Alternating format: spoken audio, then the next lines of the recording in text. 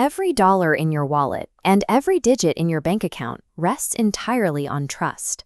Modern fiat money is backed by nothing but the word of the government that issues it. But for a long stretch of modern history, the entire global economy was physically tethered to solid metal. Yet for most of human civilization, gold was a terrible currency for everyday people. Before the 18th century, it was simply too rare, and its value was too highly concentrated. A coin small enough to pay for a loaf of bread or a day's labor would have been nearly microscopic. Instead, the real foundation of domestic economies was silver. Silver coins paid wages, settled local retail trades, and functioned as the standard unit of account for the average person. Gold was largely reserved for high-level international trade and hoarding by the ultra-wealthy. Gold's ascent to a global currency was the result of a bizarre historical accident.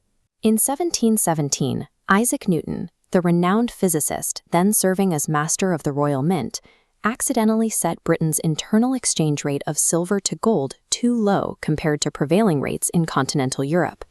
The mechanics of arbitrage took over. Because silver was undervalued at home, merchants hoarded full-weight silver coins and shipped them entirely across the English Channel to sell for gold at a profit. Silver vanished from British circulation, leaving the nation on a de facto gold standard by default. This accidental shift stuck because of a convergence of forces. A massive gold rush in Brazil provided a steady supply of metal through Portugal, while trade deficits with China simultaneously drained silver out of the European economy. As the Bank of England gained credibility, paper banknotes and token silver coins became acceptable proxies for gold, which was once too valuable to spend. By the mid-19th century, Britain institutionalized this system with the Bank Charter Act of 1844, legally locking the pound's value to the gold in the bank's vaults. Because Britain sat at the very center of global finance and shipping, its currency became the world's most stable anchor. Nations globally, eager to access London's capital markets and trade networks, found themselves forced to adopt the same rigid blueprint. The global monetary machine grew not by a master plan, but by a 1717 calculation error scaled to an international level. The transition reached critical mass in the 1850s. Massive gold rushes in California and Australia flooded the market with metal, giving nations like France and the United States the physical supply they needed to mint gold coins in unlimited quantities. This established the classical gold standard era, running from 1873 to 1914. It was a strictly regulated engine that operated on a set of assumptions known as the rules of the game. First, central banks hoarded physical gold, strictly dictating the total paper currency they could legally issue. Second, nations defined currencies as a fixed weight of gold. With currencies pinned to the same metal, exchange rates froze, creating predictable international trade. Yet the system had a structural flaw.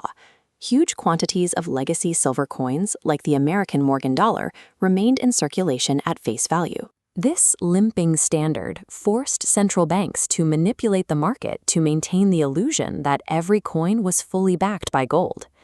While this machine fueled a massive era of globalization, its rigid physical limits left it completely unequipped for a major geopolitical shock. In 1914, World War I subjected the gold standard machine to a catastrophic stress test. Modern industrialized warfare required astronomical funding to pay armies and manufacture munitions. These costs immediately outstripped the physical gold supplies held by warring treasuries.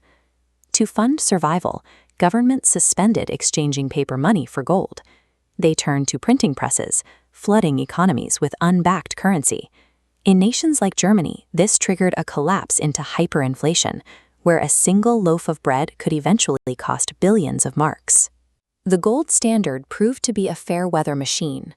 The moment a crisis arrived, governments prioritized their own survival over the rules of sound money.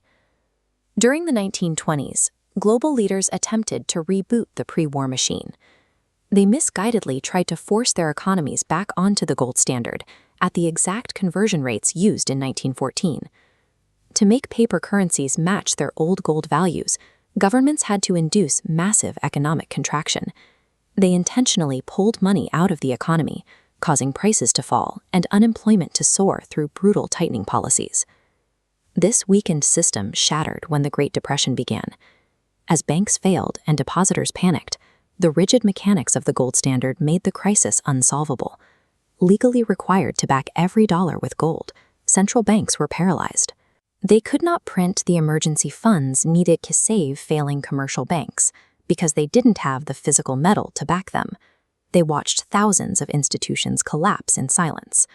Instead of helping, central banks actually raised interest rates to protect their dwindling gold hoards from fleeing overseas.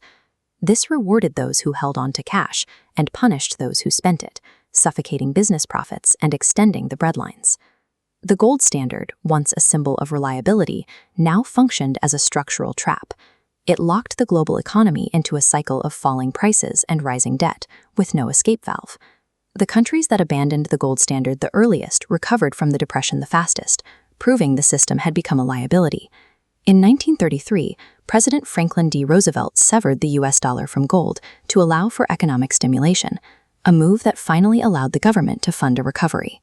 After World War II, the Bretton Woods system attempted a compromise, pegging world currencies to the dollar, while the dollar itself remained convertible to gold for central banks. This zombie version of the standard survived until 1971, when President Richard Nixon officially ended international gold convertibility, finally killing the system once and for all. Despite modern nostalgia for gold, 92% of economists recognize the standard for what it was, a rigid mechanism that facilitated trade during peace, but became an economic suicide pact during a crisis.